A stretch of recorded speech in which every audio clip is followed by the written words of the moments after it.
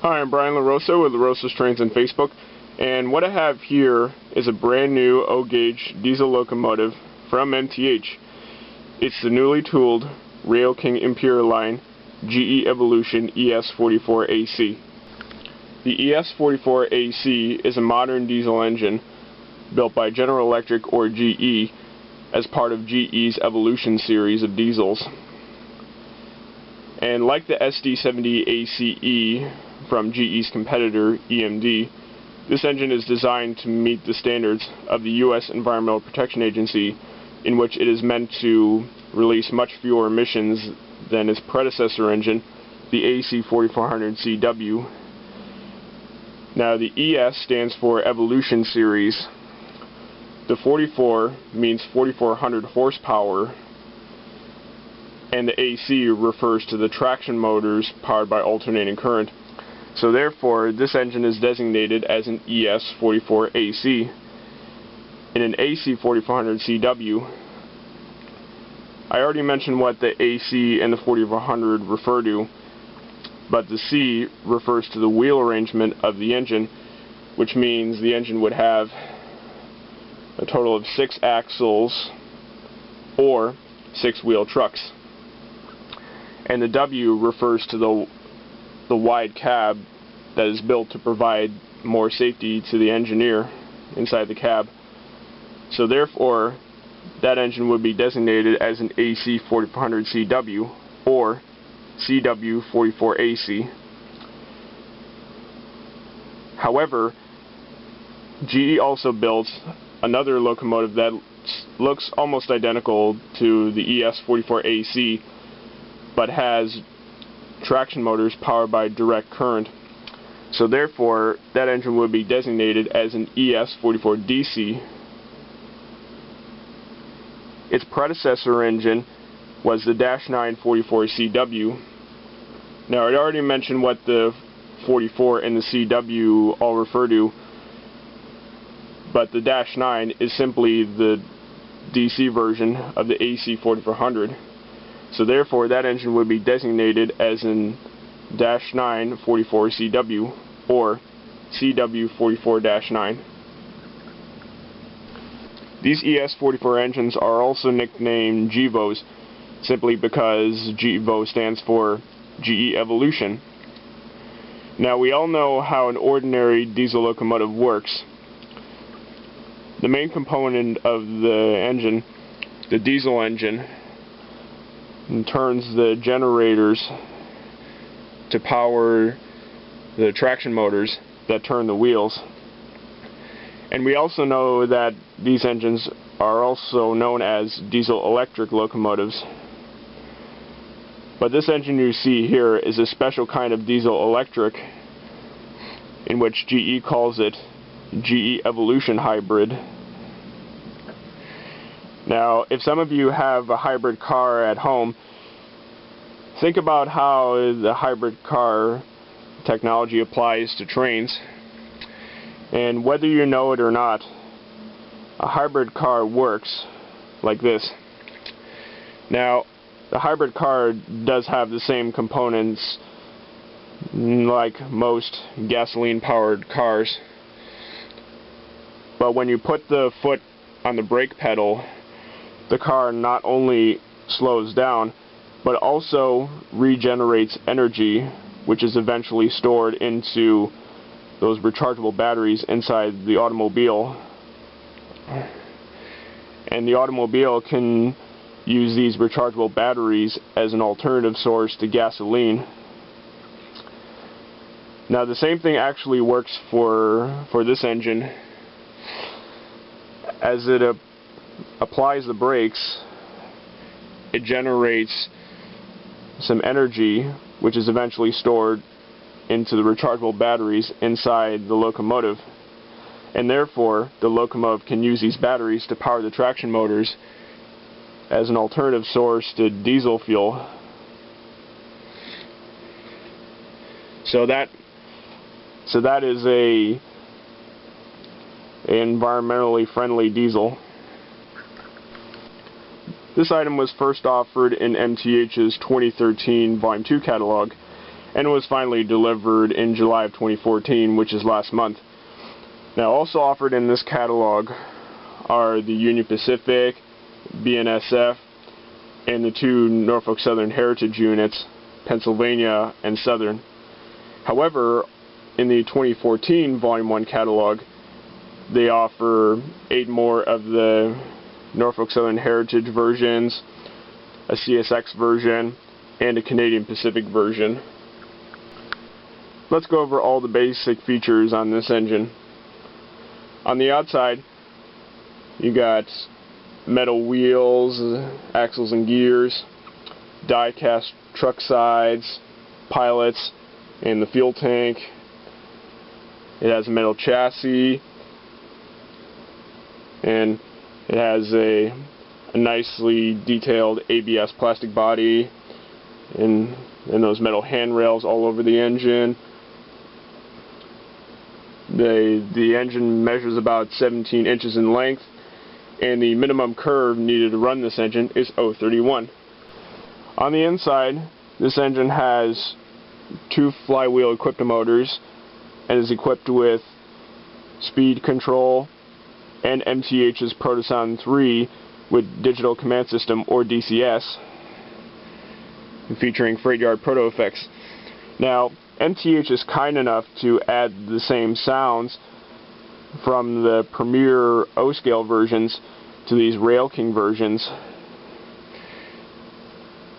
And although this is a newly tooled item, it is still typical MTH. So if you ever seen a Premier O-scale version of the GEVO but could not afford any of these GEVOs, you can expect the same sounds on these RailKing engines as found in the more expensive Premier line versions. Now, obviously, this engine is meant to run on any DCS layout, but it can also be run conventionally with just a transformer. And now this engine has some nice details inside. Now, as I go on with this review, I want to show you a couple small details that look pretty different from the Premier versions because of that new tooling used for this engine. So let's get started. Here we are on the front of the engine, and now let's go over these details. Inside the cab, you got these 2 crew figures, and you got an operating headlight on the front. Now, if this engine were a Norfolk Southern Heritage diesel, the headlights will actually go on the top of the cab, because MTH is kind enough to add these prototypical road-specific details onto these RailKing Imperial GEVOs. But otherwise, the headlights are just in its standard location. And you got operating ditch lights that flash when the horn is sounded. You got an operating coupler that can be fired from any DCS system you have. And then you got this snow plow that's been separately packaged, which means it has to be attached to the engine once it's taken out of the box. I want to take a minute to look at the front door of this engine, and I have a picture showing the Premier version of this engine. You'll notice that the door is on the correct side of the engine as it should be on the real-life prototype. But on the RailKing engine, the door is actually on the opposite side as opposed to that version. Now, I think some O-scalers may feel kind of jealous about that newer configuration, because to my knowledge, when MTH first made the Premier tooling several years ago, this type of configuration didn't exist on the Premier tooling. But when MTH made the RailKing tooling last year, they used a newer configuration of the door for a more realistic look. So therefore, I'm guessing that it may be most likely too expensive for MTH to to make a newer tooling of the Premier Gevo, just to revamp some small details for a more realistic look and to emulate the newer real-life Gevos. Now, it's not really a big problem for me. I just want to point out the differences between this model and the Premier version in terms of the front door. Here's a look at the top middle of the engine. You got a separately applied horn, and there's a smokestack with an operating smoke unit inside. Now you notice that there are no grills in the smokestack as it should be on a real Gevo, but that allows you to get access to the smoke unit so that you can easily prime the smoke unit without making a mess on the grills. And of course, to prime the smoke unit, you just add several drops of smoke fluid directly down the smokestack. Towards the rear of the engine, the radiator housing opens up to reveal the engine controls. You got the volume control and the smoke control. Now, for some reason, there's no switch to toggle between DCS and DCC as it should be on all MTH Protoson 3 engines, but it's not a deal breaker. I am not running this engine with DCC. I use it with my DCS remote system, and it's easily closed by magnets, so it closes down like that. Here's a look at the rear of the engine, and the only two features featured on the back of the engine are the rear headlights that turn on when the engine's in reverse, and you got another operating coupler that you can also fire from any DCS remote system you have. Now if this were a Norfolk Southern Heritage engine, it will actually have operating ditch lights on the back as well as the front, because the Norfolk Southern Gevos have ditch lights on the back as well as the front. And as I said earlier, MTH is kind enough to add these road-specific details onto these Gevos, like these rear ditch lights on the back of Norfolk Southern Heritage Gevos. I want to take a minute to look at the rear headlights on this engine, and just like the front door I showed you earlier, these headlights look pretty different from the Premier Gevos.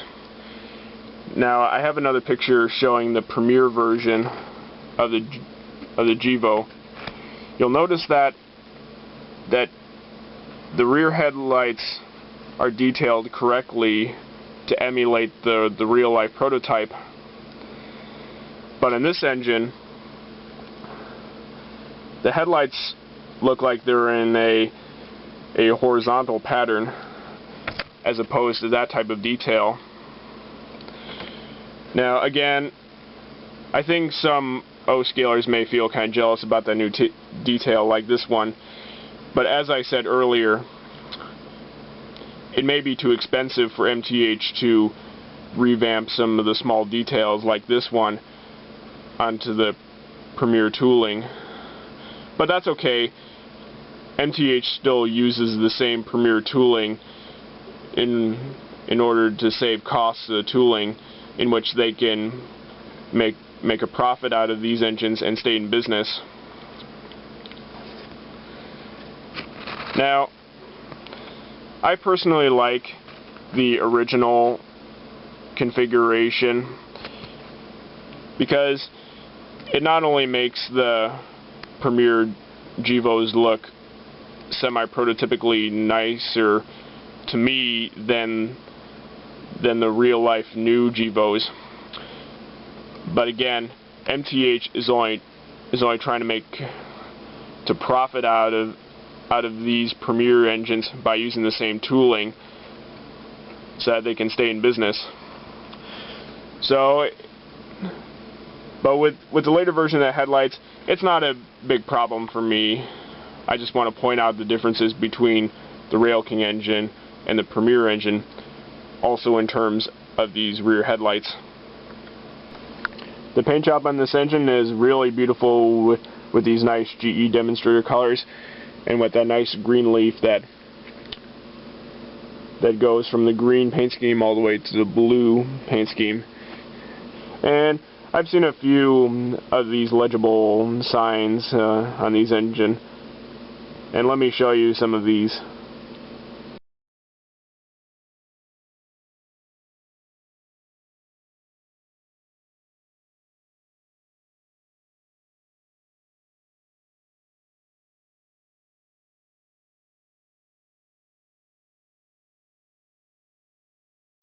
The last feature I'm going to show you before I start this engine up are these wonderful green charging lights featured on this engine. Now, what are these green charging lights? Well, on the real-life prototype, the hybrid diesel engine has these animating charging lights to indicate that it's regenerating energy that is stored onto these batteries inside the engine. And now this model actually does the same thing. When the engine sits neutral, these lights animate in that direction, and when the engine goes forward or reverse, the lights go in the opposite way, like that. And it would be better if I can show you when I start this engine up, so that we can see how these lights work.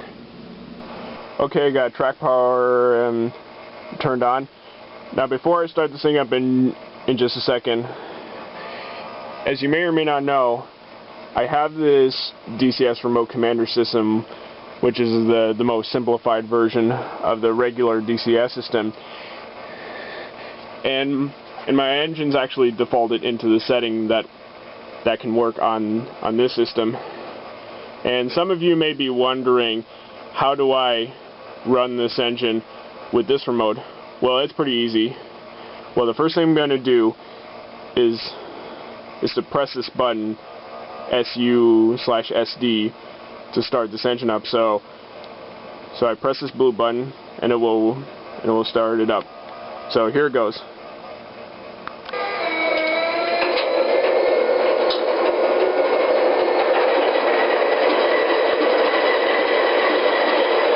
Now, can you see those charging lights? They look really wonderful on that engine.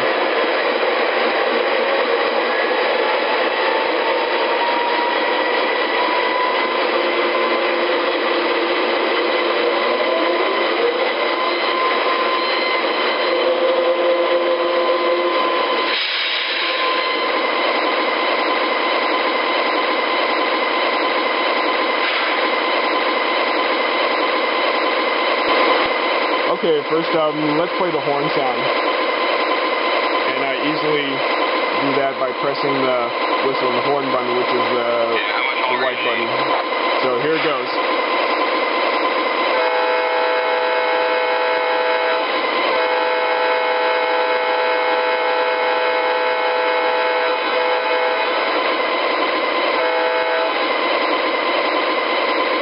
And now let's play the bell sound.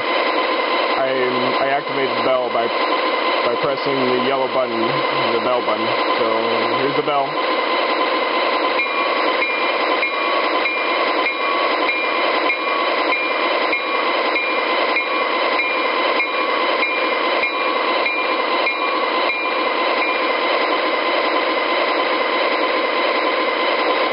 And now I can also play some of the random sounds that come with this engine. And I play some of them by pressing the S and B button to play some sound effects, and it's another blue button, so I'm going to play some of the sounds. Make sure the fan vents are topped off. All right, I'll check that out. Fan vents are topped off.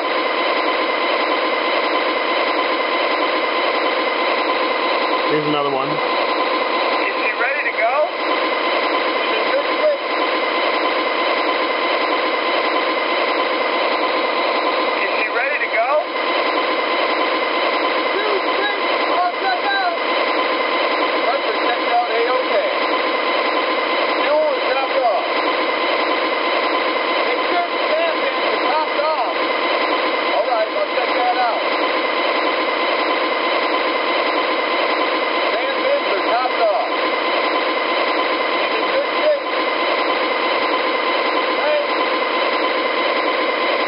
So that's about all the sounds that I could show you on this engine. Okay, let's start running this engine. So I press this throttle button onto that remote, and you can see the plus sign to increase the speed, and then there's a minus sign to decrease the speed. So let's throttle it up.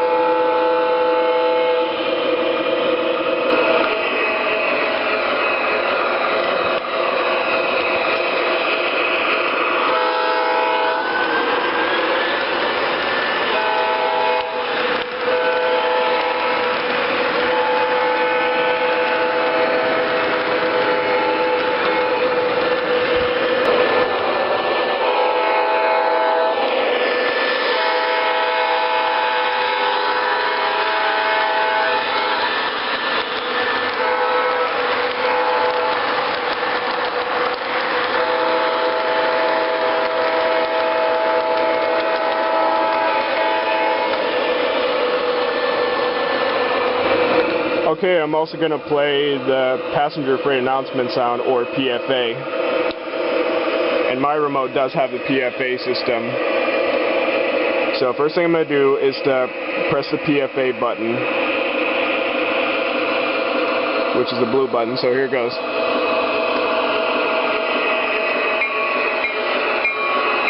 And then I have to press the direction button to play the sequence, which is the red button, so here it goes.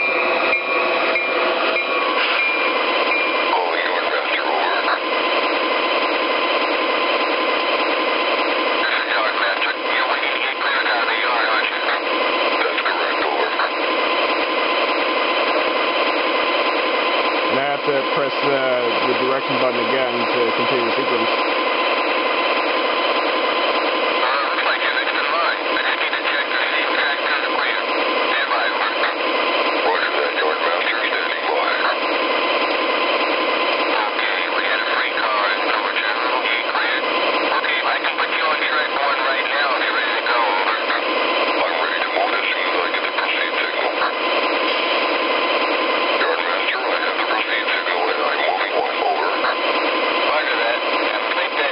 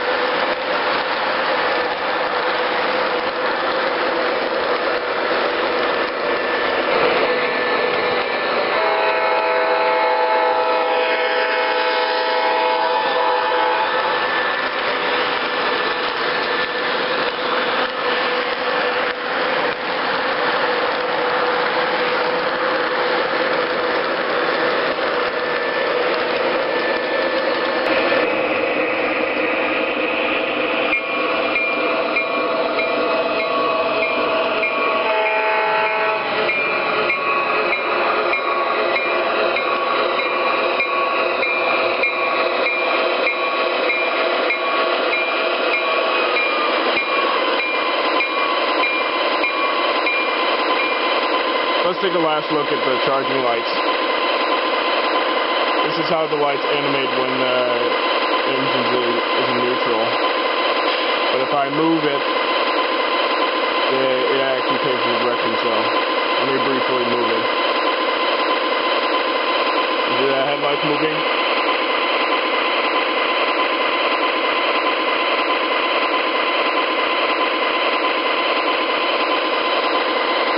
And the same thing works in reverse. And finally, let's shut it down. So I press the same button, which is SU/SD, to shut down. So let's shut it down.